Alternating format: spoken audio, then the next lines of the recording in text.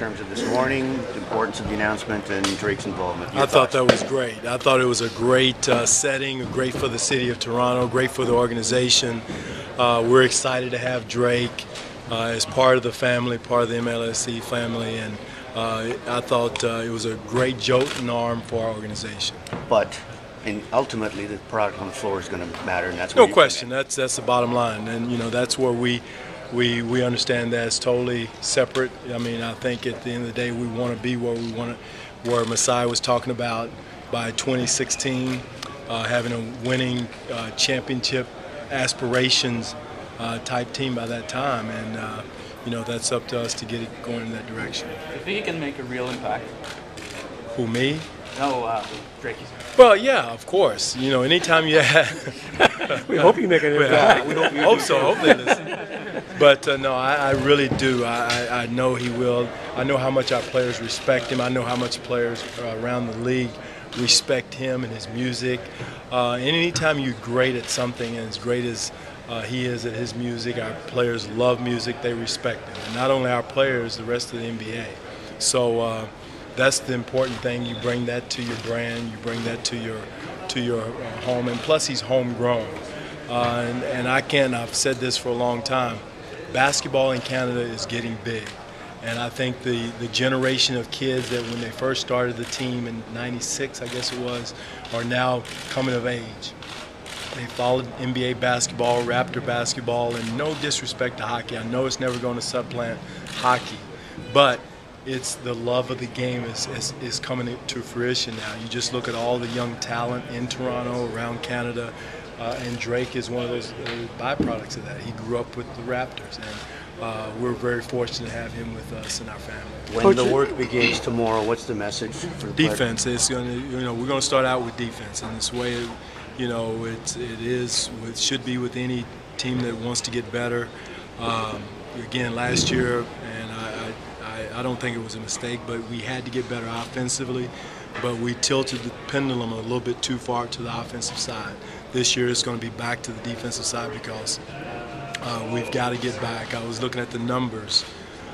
We went from, I think it was 7th in defensive field goal percentage to 19th or 20th. And that's too big of a jump. That just tells me that, we were too focused on one area.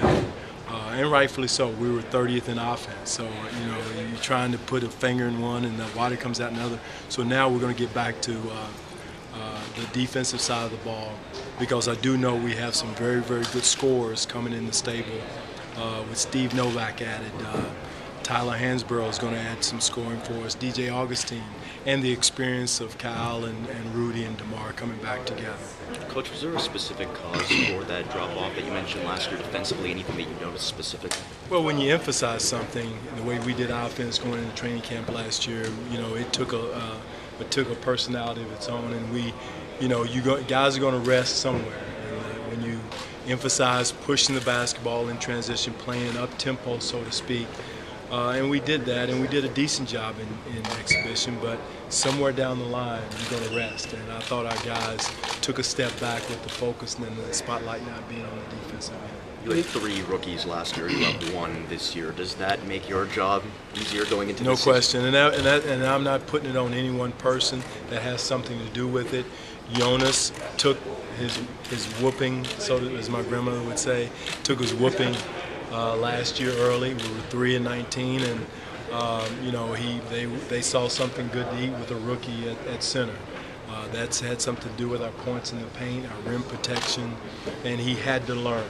We knew that going in, it was going to be ugly, but as the year went on, you could see a young man growing, and it continued through this summer, and he's not a finished product yet, but he's getting there, and I really like what we have. And his growth is, but again, last year I thought the expectation for him and for the team, so I would say it was way too high, and I thought national media had us ranked. I forgot where they had us ranked in the bottom, and we took that as an insult, but we didn't help them out by the tough start we had. So what should fans expect from the team this year, Coach? Well, a team that's going to be a hard-working team.